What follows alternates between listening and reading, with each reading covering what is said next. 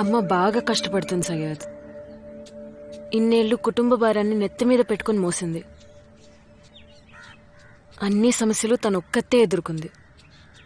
అమ్మగారికి వయసు పైబడుతోంది కదమ్మా.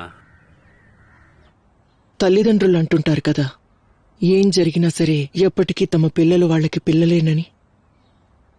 నాకు తెలిసి పిల్లలకి కూడా ఇది ఖచ్చితంగా వర్తిస్తుందని అనుకుంటున్నాను. కన్నవారికి ఎంత వయసైనా సరే పిల్లలకి వాళ్ళ అవసరం ఎప్పుడూ ఉంటుంది. కనీసం మన తల్లిదండ్రులదైనా.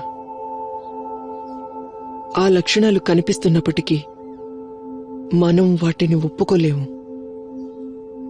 35 వయసులో వాళ్ళు మనకి ఎలా కనిపించేవారో ఇప్పటికీ మన ముందు వాళ్ళు ఆ రూపంలోనే కనిపిస్తుంటారు. తనకి మెట్లెక్కడం కష్టంగా ఉందని, కింద ఉన్న గదికి తను మారిందని, ఆ సమయంలో తనకెంత ఇబ్బందిగా ఉందని నేనసలు ఊహించలేకపోయాను. అంటే చాలా మెల్లగానే వయసు మీద పడుతోంది. కాని ఆ విషయం మాత్రం నాకు హఠాత్తుగానే అర్థమైంది.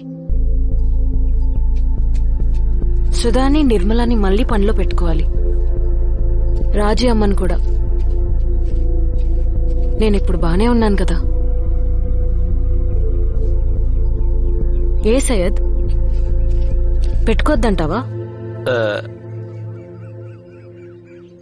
మీకు తెలిస్తే అమ్మగారు కోపగించుకుంటారని నేను చెప్పలా. సుధా, నిర్మల ఇద్దరు మంచివాళ్లేనమ్మా. వాళ్ళేమీ నోరు జారలేదు. మీ పట్ల విశ్వాసంగానే ఉన్నారు. వాస్తవం ఏంటంటే అమ్మగారి దగ్గర వాళ్ళకి జీతం ఇవ్వడానికి డబ్బులు లేవు.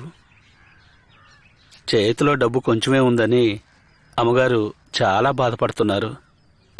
మనకు కూడా ఇప్పుడు ఆదాయం తగ్గింది కదమ్మా.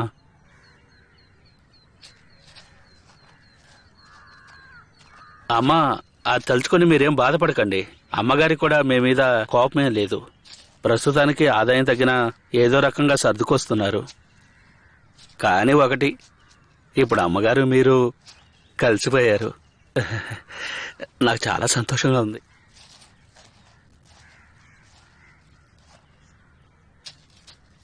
సయ్యద్, అంటే నువ్వు జీతం తీసుకోకుండా ఊరికే పనిచేస్తున్నావా?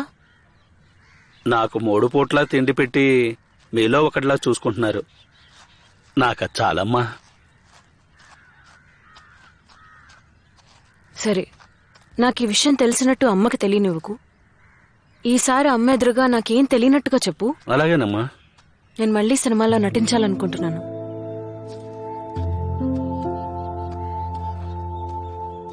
ఛాన్సుల కోసం నేను కొన్ని ఫోన్లు చేసుకోవాలి సయ్యద్. అమ్మా, రేపు చేదురుగానమ్మా. ఏ ఇవాళ చేస్తే ఏంటి? పుట్టినరోజు శుభాకాంక్షలమ్మా.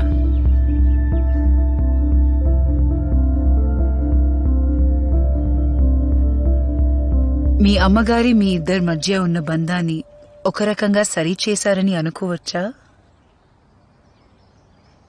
అలా కూడా మీరు అనుకోవచ్చు. కానీ నాకెలా కనిపించిందంటే, నా పెళ్లి ఆగిపోయిన తర్వాత నేనప్పుడు ఎంతగానో కుంగిపోయానని తను నన్ను అర్థం చేసుకుంది. నేనెంత బాధపడుతున్నానో తెలిసి నన్ను చాలా జాగ్రత్తగా చూసుకుంది. అదేంటో మా అమ్మ నేను చివరికి ఒకే భావనను పంచుకున్నా అనిపించింది.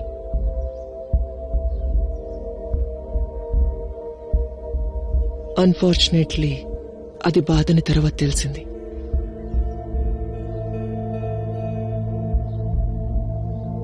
నా బాల్యంలో నేనెంతగానో ఆశపడిన ఒక విషయం నాకు గుర్తుంది. అదప్పుడు జరుగుంటే దానికో అర్థం ఉండేది. కానీ అమ్మేమో మధ్యలో ఆశని పెంచుకుంది. అప్పుడది ముఖ్యమని అనిపించలేదు. నాకలా అనిపించిందేమో.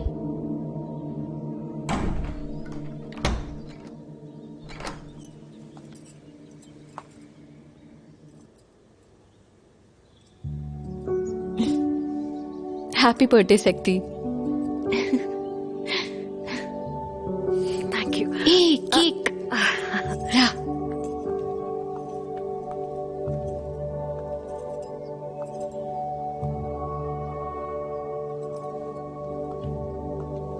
పుట్టినరోజు శుభాకాంక్షలమ్మా.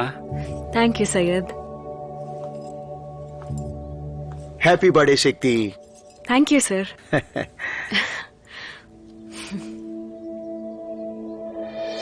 Happy birthday Shakti. ఎన్నేళ్ళైంది సిస్టర్ మిమ్మల్ని చూసి. అవునవును, నీకోసం ఒక చిన్న బహుమతి. మీరు వచ్చినందుకు చాలా సంతోషంగా ఉంది. శక్తి, నేను నీతో కొంచెం మాట్లాడాలి. నాకు కూడా మాట్లాడాలనే ఉంది, కానీ ఎవరితో మాట్లాడాలో అర్థం కావట్లేదు. నా మనసులో ఉన్న బాధని అర్థం చేసుకునే వ్యక్తి దొరికితే బాగుండి అనిపిస్తుంది. నా పుట్టినరోజు నాడు ఆ దేవుడే పంపినట్టు సమయానికి మీరు వచ్చారు. Who you choose to share your pain with is reflective of the person who you are. నేను నా బాధల్ని దేవుడితో పంచుకుంటాను, అప్పుడే నాకు మనశ్శాంతిగా ఉంటుంది. నువ్వు నాతో మాట్లాడాలన్నప్పుడు నాకింకా స్కూల్లోని చిన్ననాటి శక్తే గుర్తొస్తోంది. మొదలెడదామా? Happy birthday to you, happy birthday to you, happy birthday dear Shakti. ముందు మీ అమ్మకు.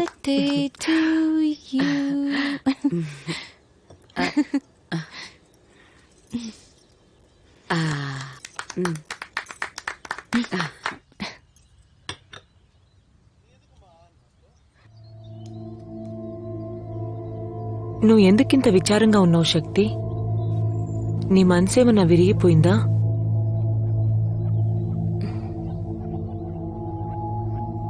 లేదు, నా మనసు అంత బలహీనం కాదు. ప్రస్తుతం నా నమ్మకం సడలిపోవటం వల్ల నన్ను బాధిస్తోంది. ఎందుకో నాకంటూ ఒక కుటుంబం ఏర్పడి సంతోషంగా బ్రతకలేనేమో అనిపిస్తుంది. అది నాకు తెలుస్తోంది.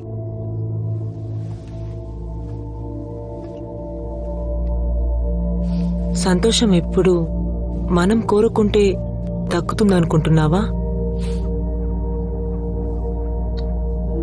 నేను సంతోషంగా ఉన్నాననుకుంటున్నావా?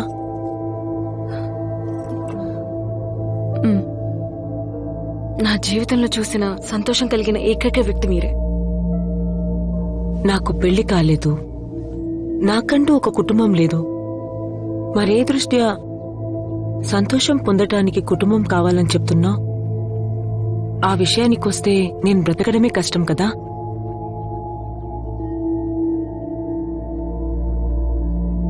ఒకవేళ మీ పరిస్థితుల దృష్ట్యా ఇలా ఆలోచిస్తూ ఉండొచ్చుగా. నువ్వెప్పుడు ఇలా తెలివిగానే మాట్లాడతావు శక్తి.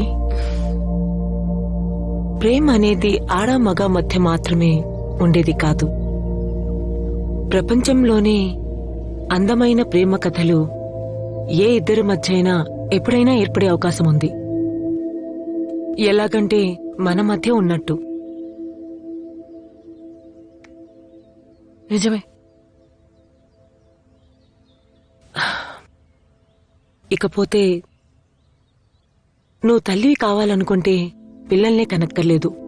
ఏదో ఒకరోజు నీకీ నిజం అర్థమవుతుందని నాకు ఖచ్చితంగా తెలుసు.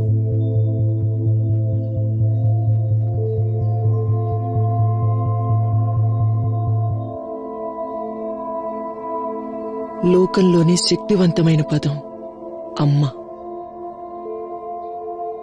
కేవలం తన మీదొచ్చిన కవితల వల్ల మాత్రం కాదు. నేనీ మాట ఎందుకు చెప్తున్నానంటే ఆ పదం మోసే బరువు అలాంటిది. అందరూ అమ్మని దైవ సమానంగా భావిస్తుంటారు కాబట్టి తను పాపానికి అతీతమైనది. కాని మనకి తెలిసినంత వరకు ఏ తల్లి అలా ఉండదు. తను ఓడిపోవడం ఖాయం, కాని చివరి దశ వరకు ప్రయత్నిస్తుంది. ఇవన్నీ తెలిసి కూడా ఆ బరువుని కిరీటంలా మోస్తూనే తన జీవిత లక్ష్యం ఇదే అని మాతృత్వపు ప్రయాణం మొదలు పెడుతుంది.